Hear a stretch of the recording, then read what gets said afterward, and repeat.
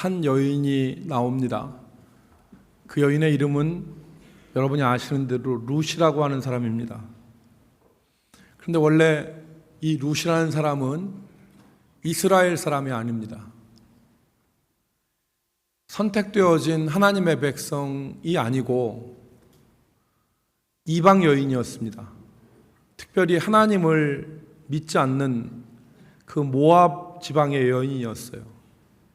여러분 아시다시피 모압이라고 하는 지역은 그모스라고 하는 신을 섬깁니다. 이 그모스라고 하는 신은 소의 형상을 가진 그 우상, 그래서 그 소 뿔을 가진 이 우상을 만들어 놓고 거기에다가 절하고 거기에다가 복을 빌고 하는 그런 신앙을 가진 사람들이 모압 사람들이었습니다. 성경에 보면은 이 모압의 그모스가 여호와 하나님 앞에 가증하다 그랬는데 왜 그러냐 하면 이 사람들이 자기 자식을 불태워 그모스에게 번제로 드립니다. 그런 모압 지방의 여인이었어요. 오늘 이 여인은 출신도 이스라엘 백성이 아니었고 그의 환경을 보면 아무런 소망이 없었던 사람입니다. 남편은 죽고 집안이 폭삭 망한 시어머니 나오미와 함께 자기 고향이 아닌 유대 땅 베들레헴에 왔는데 손에 쥔 것이 아무것도 없어요. 빈털털이에요. 그런 이 여인, 다 무너지고 망하고 그리고 소망이라고는 찾아볼 수 없는 이 룻이라고 하는 여인이 그 삶이 회복되어지고 다시 희망을 갖게 되고 그 삶이 회복되어지는 과정을 오늘 우리는 성경에서 읽을 수 있습니다. 룻이라고 하는 여인은 불행하고 고달픈 인생의 비극의 주인공에서 축복의 주인공으로 삶이 바뀌는데 단적으로 나타나는 것이 바로 뭐냐면 이 소망 없는 여인이 마태복음 1장에 보면은 예수님의 족보가 나오는데 그 족보에 이 여인의 이름이 기록이 됩니다. 여러분 성경에 보면 마태복음 1장에 보면 아브라함서부터 다윗 때까지가 14대고 다윗 때부터 또 바벨론 포로 때까지 14대고 바벨론 포로에서부터 예수님 때까지가 14대라고 기록되지 않습니까? 그런데 실제로 보면 그 안에 많은 사람들이 살았어요. 근데 그 이름이 생략된 겁니다. 실제로 살았다 하더라도 생략된 이름이 많거든요. 남자로서 살았어도 남자의 이름도 기록되기 어렵고 살았다 하더라도 생략된 사람들이 많은데 이 룻이라고 하는 이방 여인이 예수님의 구속사의 족보에 당당히 나옵니다. 축복의 사람으로 변화된 것이죠. 오늘 저는 여러분들과 함께 이 룻의 삶을 살펴보고 룻의 삶에 있었던 특색을 살펴보면서 오늘 우리의 삶에 무엇이 필요한지에 대해서 같이 나누고자 합니다. 첫 번째, 여러분 룻의 삶에 그리고 하나님의 자녀들의 삶에는 믿음의 결단이 필요하다는 것을 우리가 깨닫습니다. 믿음의 결단. 오늘 룻이 그 인생이 축복의 인생으로 변화될 수 있었던 것은 룻에게 올바른 결단이 있었기 때문에 그렇습니다. 다른 말로 얘기하면 룻이 마음을 잘 먹은 거예요. 우리가 마음을 어떻게 먹느냐가 그리고 어떻게 그 마음 먹고 살아가느냐가 중요하지 않습니까? 한번 마음 흐트러지게 먹고 죄악된 것과 손잡고 대충 가장하면서 살면 그 사람의 인생에 하나님의 축복이 임하지 않습니다. 그런데 올바른 결단을 하고 바른 믿음을 가지고 살 때 하나님이 도와주시는 것이죠. 하나님의 은혜를 그 사람에게 주시는 것입니다. 여러분, 룻에게는 선택의 시간이 있었습니다. 이 모압 땅에 온 자기의 시아버지가 죽고 자기 남편 그리고 남편의 형제가 다 죽었어요. 이제 남은 거는 남편 잃고 자식 둘 잃어버린 죽음으로 잃어버린 나오미와 자기밖에 안 남았는데, 그때 폭삭망한 파탄난 상황에서 시어머니 나오미를 따라서 유대 베들레헴으로 갈 거냐, 아니면 자기의 고향 모압에 남아서 살 것인가를 결정하는 선택의 순간이 있었습니다. 시어머니를 따라서 유대 땅으로 가는 거는 고생이 훤히 보이는 거예요. 거기 농사질 땅 한 평 없어요.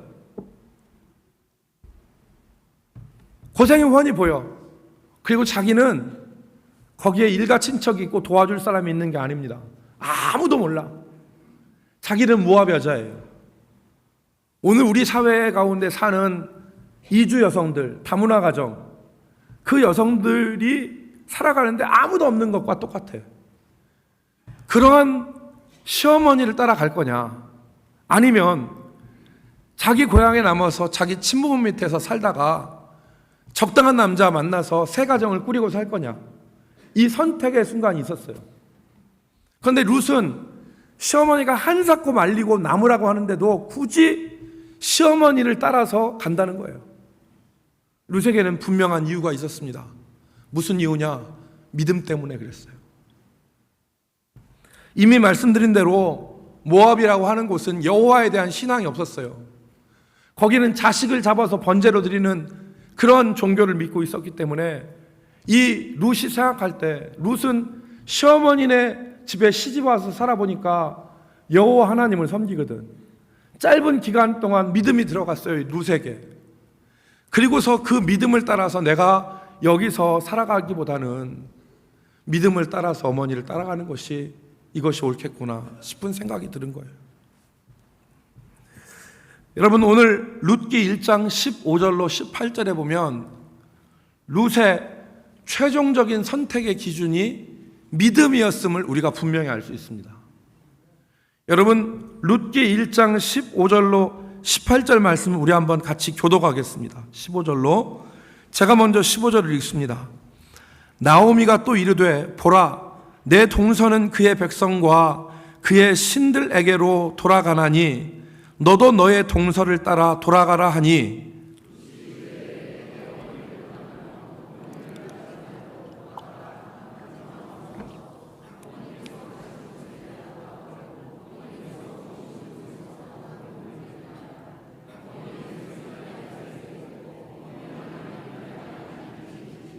어머니께서 죽으시는 곳에서 나도 죽어 거기 묻힐 것이라.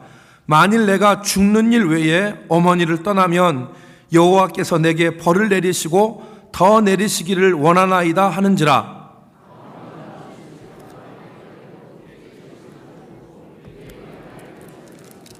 아멘. 여러분, 여기서 분명히 보듯이 룻의 결단은 믿음의 결단이었어요.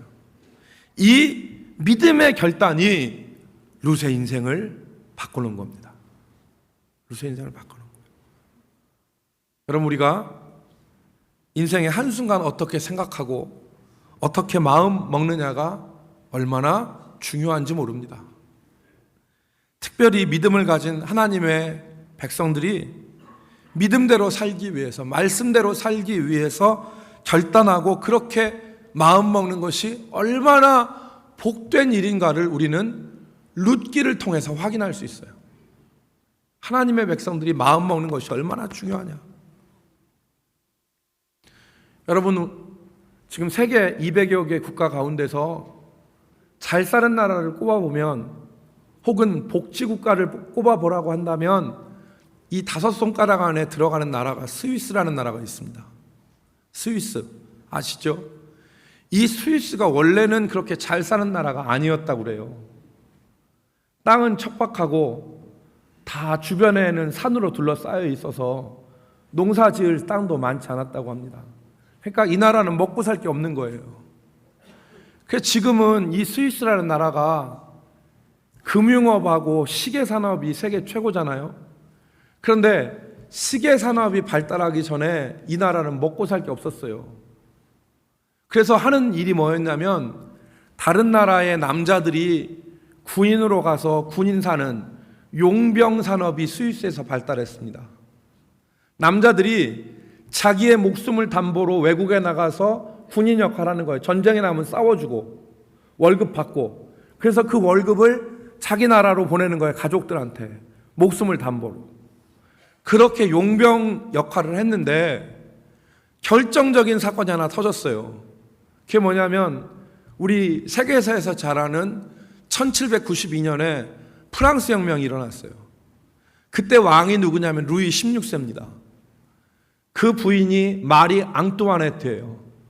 이 프랑스 루이 16세 왕과 왕비 마리 앙뚜아네트가 베르사유 궁전에서 있을 때 시민들이 더 이상은 안 되겠다고 해서 시민들이 혁명을 일으키지 않습니까? 그래서 혁명군이 프랑스 전체를 다 지배를 하고 베르사유 궁전에 도관에 든 쥐가 된 거예요. 왕과 왕비가. 그랬을 때 이 프랑스 수비대하고 프랑스 혁명군하고 붙었는데 프랑스 수비대는 다 도망갔어요. 남은 게 누구냐면 스위스 용병이 베르사유 궁전을 지킨 거예요. 그러니까 프랑스 혁명군이 뭐라고 했냐면, 야, 너네들 비켜라. 이거 집안 싸움이니까 스위스 너네들은 딴 데로 가. 도망갈 수 있는 기회 줄게. 그렇게 시간을 줬어요. 그런데 스위스 용병들이 거절했습니다. 우리는 포기할 수 없다. 우리는 도망가지 않겠다. 왜? 용병 계약 기간이 끝나지 않았는데 만약에 여기서 우리가 임무를 그만두고 도망가고 내 빼서 생명을 구하면 누가 우리를 용병으로 쓰겠느냐? 이 다음부터 누가 우리를 용병으로 쓰겠느냐? 그래서 이 베르사유 궁전을 지키는 700명이 결심을 했어요. 죽더라도 지키자. 그래서 우리가 우리 후손들에게 먹고 살 길을 열어주자. 여러분, 그때 자기 한 용병이, 전사한 한 용병이 자기 가족에게 보낸 편지에 이렇게 써 있습니다. 우리가 신용을 잃으면 후손들이 영원히 용병을 할 수 없기에 우리는 죽을 때까지 계약을 지키기로 했다. 여러분, 스위스 용병 700명이 그 자리에서 다 장렬하게 전사를 했습니다. 다 죽었어요. 여러분, 이후로 로마 교황청이나 다른 데 용병은 스위스가 다 맡았어요. 그리고 스위스가 신용국가가 됐습니다. 쟤네는 맡기면 목숨 걸고 지킨다. 이 등식이 성립해서 지금 스위스의 금융업이 발전한 거예요. 어떠한 돈도 맡기면 지켜주잖아요. 유래가 여기 있는 겁니다. 그러니까 여러분, 한순간의 결단이, 한순간의 결심이 얼마나 지대한 영향을 미치는가를 우리가 볼 수 있어요. 여러분, 세상적인 결단도 이러한 영향을 미치는데 우리가 믿음으로 하나님 앞에 결단하고 결심하면 그 의미가 어떻겠습니까? 우리가 기억할 것은 하나님은 하나님의 사람의 올바른 결단과 올바른 마음가짐의 복을 주신다는 겁니다. 오늘 룻이 믿음의 결단을 했어요. 쉽게 살 수 있는 길이 아니라 쉽게 살면서 믿음 내팽개치고 금오스 우상 섬기는 데에서 사는 그게 아니라 어렵고 힘들고 가시밭길이라 할지라도 믿음으로 살아야 되겠다는 결단을 가지고 베들레헴의 시어머니와 올라왔을 때 하나님이 룻에게 복을 주신 거예요. 하나님은 사람의 중심 가운데 있는 생각과 결단 가운데 은혜를 주시는 겁니다. 그래서 하나님은 중심을 보시는 하나님이에요. 겉모습을 보는 게 아니라, 겉모습을 보는 게 아니라. 여러분, 지난 시간에 우리가 나누지 않았습니까? 공원에서 풍선을 띄우는데 풍선이 하얀 풍선, 노란 풍선, 파란 풍선, 빨간 풍선 다 띄워지는데 검은 풍선을 안 띄우니까 옆에 앉아있던 흑인 꼬마가 풍선 장수 아저씨한테, 아저씨, 저 검은 풍선도 하늘을 날 수 있어요? 그러니까 풍선 장수가 눈치를 챘어. 아, 얘가 흑인이니까 지 피부색하고 똑같은 검은 풍선은 못 뜨나 보다 생각한 거. 왜냐하면 흑인이 열악하다고 생각하니까. 그러니까 풍선 장수가 뭐라고 했어요? 얘야, 풍선이 뜨는 건 색깔 때문이 아니란다. 이 속에 들어가 있는 수소가 풍선을 띄우는 거란다. 이렇게 얘기해가지고 검은 풍선을 띄웠어요. 여러분, 우리의 겉모습이 중요한 게 아니라 우리가 품고 있는 생각과 마음, 결단이 하나님 앞에 우리를 귀하게 만드는 것입니다.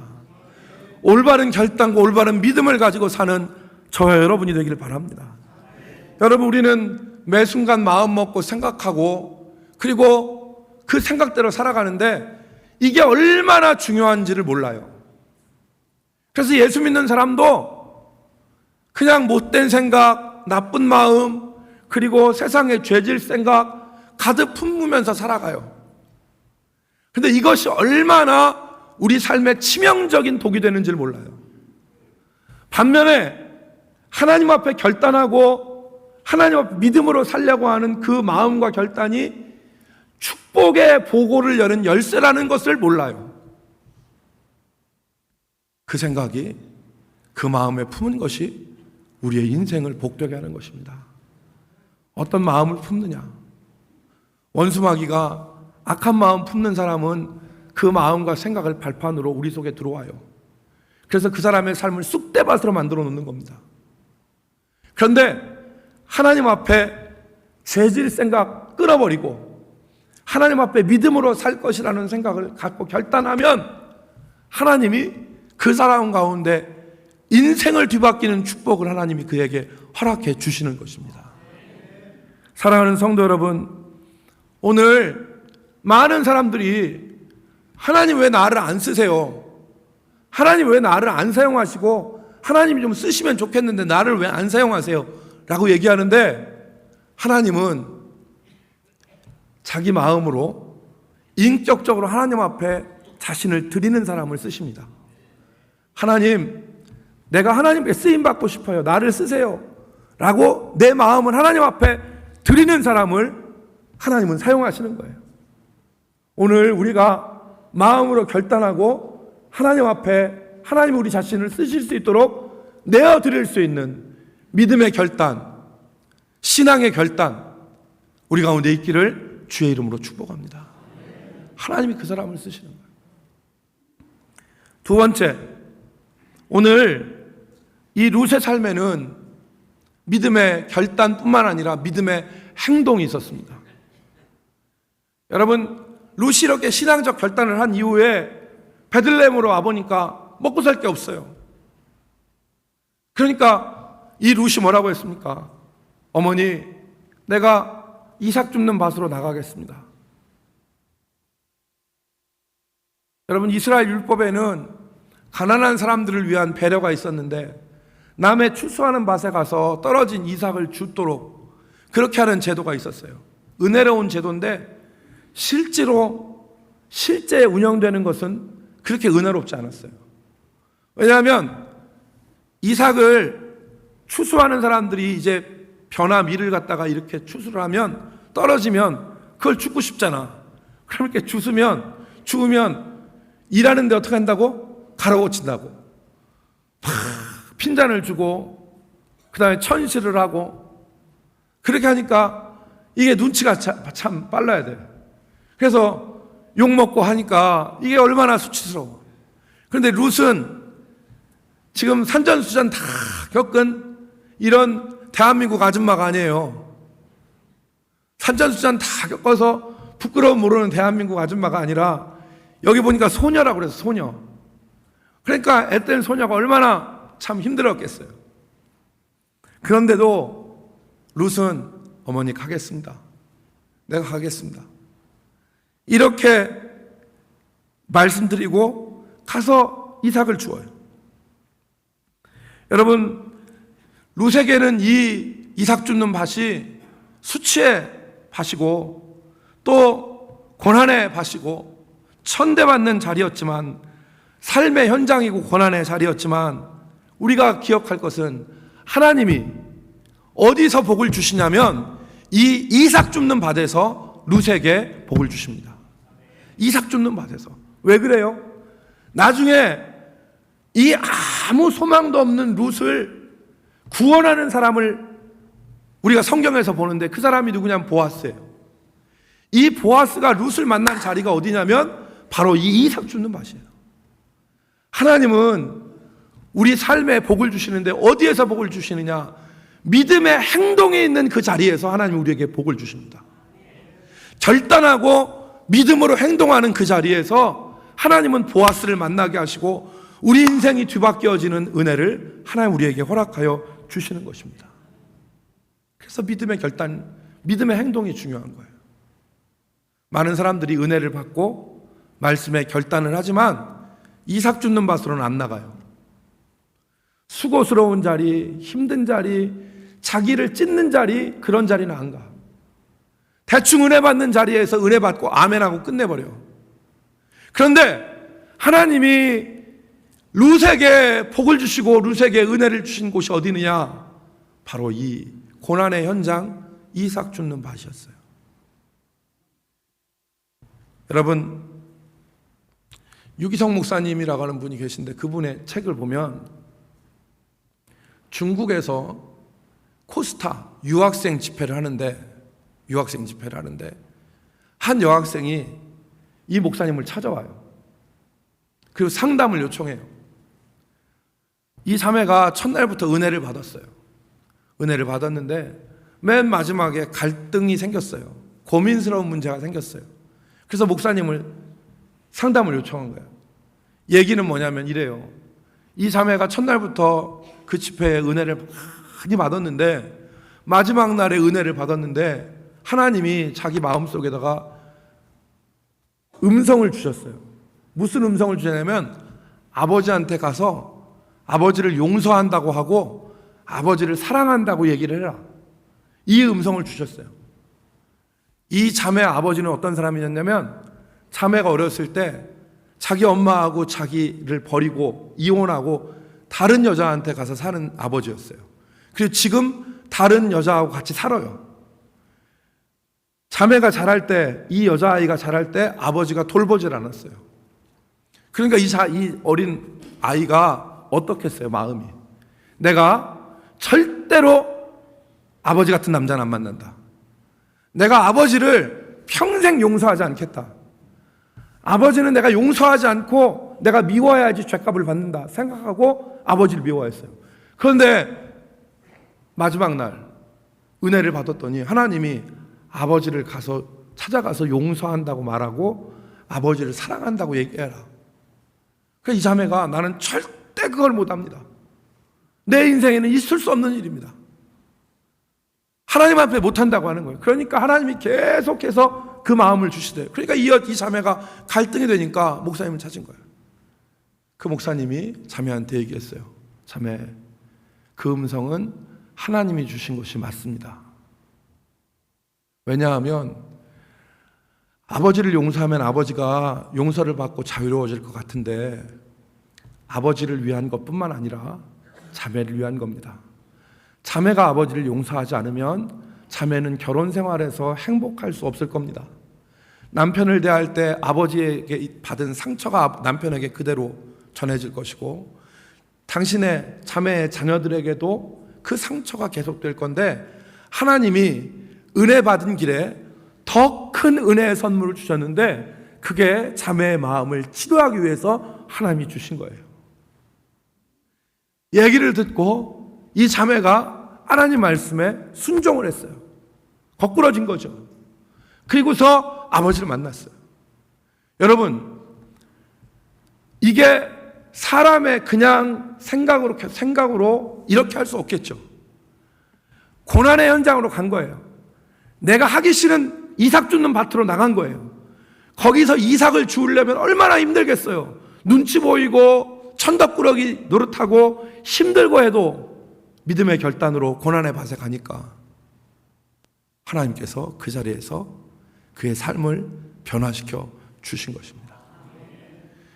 하나님은 어디에서 우리의 인생에 복을 주시느냐?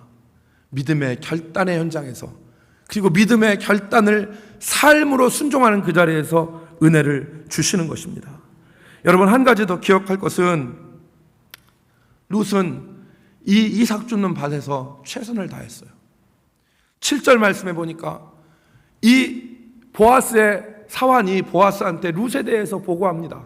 저 소녀가 아침부터 나와서 잠시 쉰 외에는 지금까지 최선을 다해서 일을 하고 있습니다. 여러분, 룻은 하기 싫은 고난의 자리에서 대충대충 손으로 끌적끌적거리면서 이렇게 하나 죽고 아유 창피해, 또 하나 죽고 아유 창피해, 이거 내가 안 했으면 좋았을 텐데 이거 내가 억지로 하네 지금 하면서 이렇게 대충 한 게 아니라 최선을 다했어요. 최선을. 여러분, 지금 하나님이 주신 이삭 줍는 밭에서 고생하고 있는 성도가 있습니까? 원치 않지만 고생하는 이삭 주는 밭에 있는 성도가 있다면 거기서 믿음으로 최선을 다하십시오. 하나님이 그 최선을 다하는 자리에 하나님이 은혜를 주시는 거예요. 하나님이 기억하시는 겁니다. 마지막 세 번째는 룻의 인생에는 하나님의 보이지 않는 은혜가 있었어요. 보이지 않는 하나님의 은혜가. 여러분, 우리가 살펴본 대로 룻의 인생 가운데는 믿음의 결단도 있고 그 결단을 이어가는 믿음의 행동도 있었어요. 그러나 무엇보다도 룻의 인생을 복되게 한 것은 하나님의 보이지 않는 은혜였어요. 하나님의 보이지 않는 은혜. 여러분, 룻기는 단순히 남자 여자의 사랑 얘기를 써놓은 책이 아니에요. 보아스하고 룻이 어떻게 만나서 지금 결혼했다, 이 사랑 얘기를 쓴 것이 아닙니다. 또 룻기는 정말 기구한 이 불행한 여자 룻이 어떻게 팔자를 고쳤느냐 하는 한 여인의 성공 스토리를 담은 얘기도 아니에요. 룻기는 바로 무엇을 얘기하냐면 룻과 같이 깨어지고 아무 소망 없고 인생이 다 파탄 나아진 우리들 가운데 보아스와 같은 주님이 오셔서 소망 없는 우리의 인생을 다시 회복시키시는 구원의 역사를 쓴 것이 바로 룻기입니다. 이게 룻기예요. 그래서 오늘 우리가 이 보아스가 룻에게 베푼 호의를 보면 하나님이 우리 인생에 베푸신 은혜를 깨달을 수가 있어요. 여러분 보세요. 룻기 2장 9절에 보면은 룻도 아는 보아스의 은혜가 있어요. 보아스가 룻에게 은혜를 베풀었습니다. 9절 말씀에 보면 보아스는 자기 사환들에게 이삭 줍는 룻을 건들지 말라 그렇게 지시해요. 내가 너 건들지 말라고 그랬다. 그리고 자기 사환들이 떠온 물을 마실 수 있도록 배려를 해요. 룻도 알았어요, 이거는. 그리고 14절 말씀에 보면은 또 보아스가 베푼 은혜가 있죠. 식사할 때 룻에게 와서 떡을 먹으라 은혜를 베풀어요. 그리고 볶은 곡식을 줘서 배불리 먹게 만들어요. 이게 보아스가 룻에게 해준 베푼 호의예요. 그런데 15절부터 보면 룻이 모르는 보아스의 은혜가 있어요. 뭐냐? 15절 보니까 룻이 이삭을 주우러 일어났어요. 그때 보아스는 자기의 소년들에게 당부해요. 뭐라고 당부합니까? 룻이 곡식단 사이에서 줍도록 하고 꾸짖지 말아라. 곡식단 사이라는 것은 어떤 거냐면 가장 좋은 자리예요. 이삭 줍는데 가장 좋은 자리가 곡식단 사이에서 줍도록 하는데 나무라지 말아라. 16절 보면 또 그를 위하여 다발에서 조금씩 뽑아버려서 그에게 줍게 하고 꾸짖지 마라. 룻은 몰라. 그런데 보아스가 시켰어. 다발에서 하나씩 뽑아서 떨어뜨려라. 그래서 룻이 주실 수 있도록 해라. 이게 룻이 모르는 보아스의 배려와 은혜입니다. 여러분, 오늘 하나님이 이러시지 않습니까? 우리에게. 오늘 하나님이 우리에게 우리가 아는 하나님의 은혜가 있어요. 그런데 우리가 알지 못하는 하나님의 은혜가 우리에게 주어진다는 겁니다. 우리는 몰라요. 그런데 하나님이 우리를 위해 베풀어 주신 은혜가 있어요. 내가 모르는데 어떤 사람을 만나게 하고, 내가 모르는데 하나님께서 나에게 은혜를 베풀어 주시고, 내가 잘못된 길을 가는데 내 마음속에서 하나님의 은혜를 사모하는 마음이 있어서 이래서는 안 되겠다라고 하는 결심이 내 마음속에 들어요.